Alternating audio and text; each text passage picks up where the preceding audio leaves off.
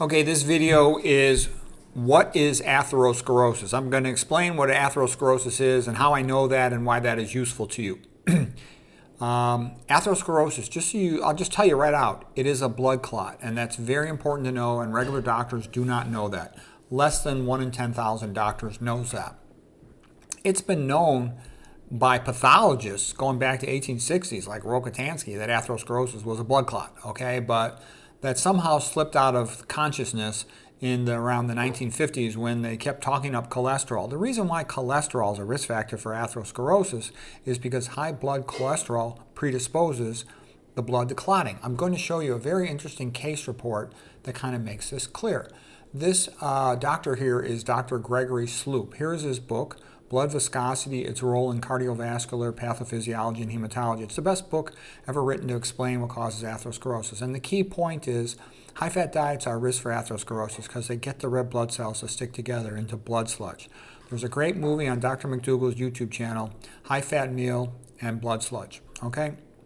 LDL causes red blood cells to stick together. So does triglycerides. So do the chylomicrons. Also, so does uric acid and the blood clotting protein fibrinogen. Okay? I'll show you more about how it works. Here's a paper by Dr. Sloop, Effect of LDL cholesterol on blood viscosity, and that correlates with risk of atherosclerosis. Because you know that atherosclerosis is a blood clot, anything that predisposes the blood to clotting is a risk factor for atherosclerosis. Now, here's an interesting case report. And the title of the case report is Complete Resolution of Extensive Thrombosis of Atheromatous Descending Aorta with warfarin. Warfarin means Coumadin. It's an anticoagulation medication. So this patient was a 54-year-old man, and he had to undergo opening up of his skull. That's called a decompressive craniotomy after he had a big stroke, a big middle cerebral artery stroke, and his brain had so much swelling and edema it was going to herniate and he was going to die. But they actually cut off part of his skull so the brain could bulge outward and it wouldn't herniate downward and kill him. Anyways, obviously this was a rather painful, traumatic thing for the patient, and he's laying around in bed sedentary for a while. And during that time, laying around in bed, he developed a major blood clot. He got coldness of his right leg, right lower extremity, and that's called ischemia, lack of blood flow. And they did a CT arteriogram, and they found that he had extensive aorta atherosclerotic disease. That's an important right there. See the word atherosclerotic disease. They did an embolectomy. There was some clot in his leg. They were able to remove the clot. Ectomy means to remove. So embolectomy means remove clot. Embolism is a clot that travels from one spot to the other, like from the aorta to the leg. By the way, craniectomy means remove part of the cranium, part of the skull. Okay? So that urgent embolectomy saved him from losing his leg, from preventing a major amputation. Okay, probably would have gotten a BKA below the knee amputation or an above the knee amputation.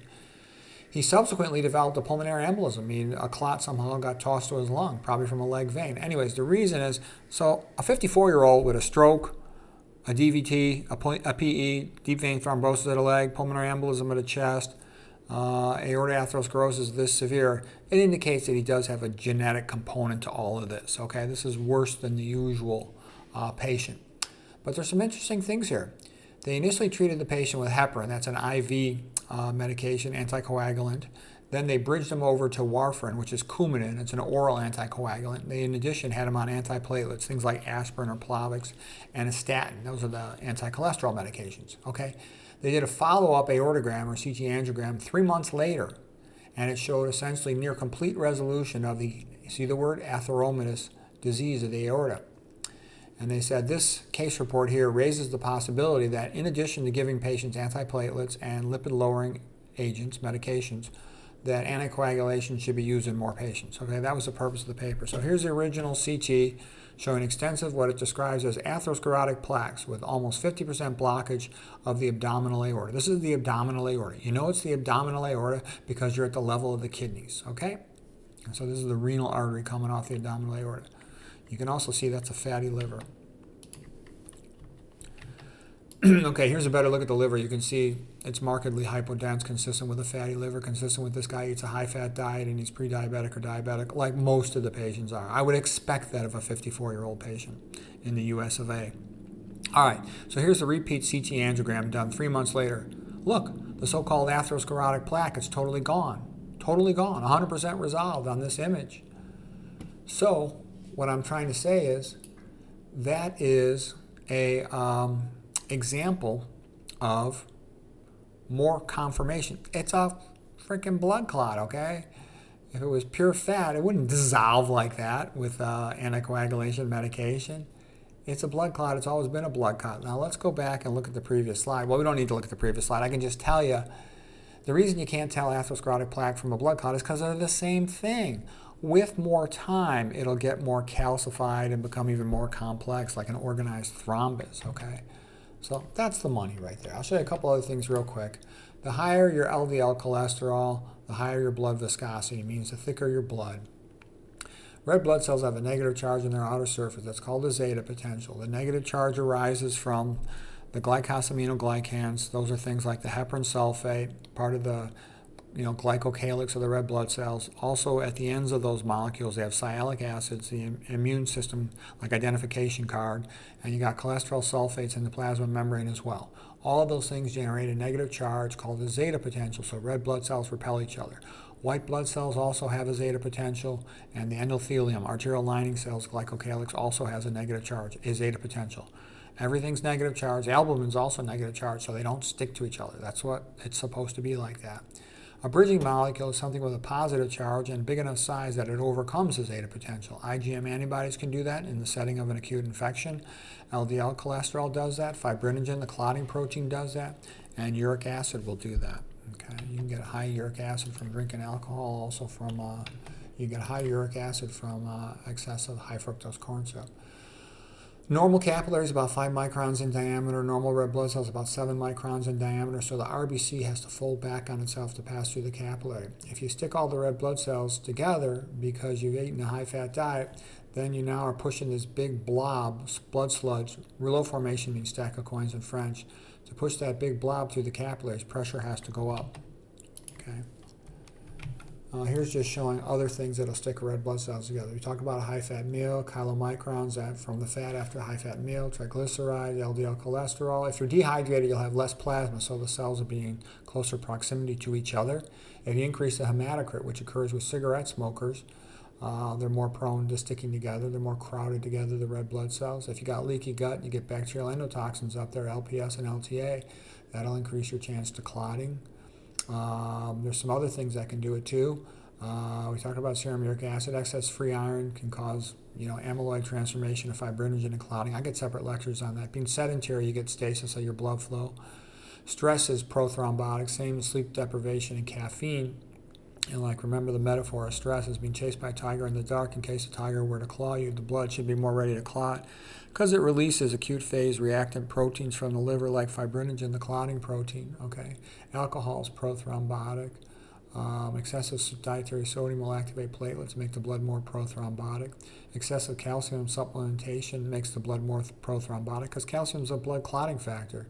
People who take over 1,400 milligrams per day have a 2.6 time increased risk of death from myocardial infarction. That's why, this heavy calcium supplementation for osteoporosis was stupid and increased the risk the woman would die from a heart attack. Leaky gut and netosis are prothrombotic. We talked about that before. Amyloid transformation of the fibrinogen protein, making it predisposed to clot. Elevated white blood cells. Lack of plants. There's your vasodilators, your potassium, your magnesium, and your nitric oxide, in the form of nitrate precursors. When you get the cells stuck together, you get more hypertension. Normal blood flow is laminar. RBCs are in the center. They're over 99% of blood cells. Then WBCs are the blue arrow here, and then plasma's on the outer surface adjacent to the arterial lining, the endothelial cells. So it's a parabolic blood velocity profile. That's normal laminar flow. That's the way it's supposed to be. When blood comes up and it hits a median divider, like let's say this is the blood to the brain, internal carotid artery. Here's the common carotid artery. Here's the external carotid artery. It'll hit the median divider between these two vessels at this bifurcation. It'll bounce off of there, creating turbulent flow, meaning sort of just chaotic flow. And there'll be some retrograde eddy currents, retrograde backwards flow. And when you have an excessive amount of this backwards flow and an excessive amount of chaotic turbulent flow, that confuses the arterial lining cells here, the endothelium, and they will shed their antithrombotic glycocalyx. Glycocalyx means coating, sugar coating, because they're glycated, sugarized proteins. And then you'll have a tendency to form clots on this wall. This is where you see atherosclerosis in the common carotid artery. I see this every day a bunch of times, okay? So that's what predisposes to it. Hypertension and high viscosity, thick blood. You got tons of bifurcations in the heart with all those arteries getting plugged up. So anyways, that's what causes atherosclerosis. It's a blood clot. You need to know that. I've been studying atherosclerosis over 30 years. I did a fellowship in Harvard with the emphasis in vascular disease. Okay, once you understand that atherosclerosis is a blood clot, then all these other questions become so much easier to figure out. You really understand it better, and you know what to do to avoid it. Avoid things that are prothrombotic, like we just talked about.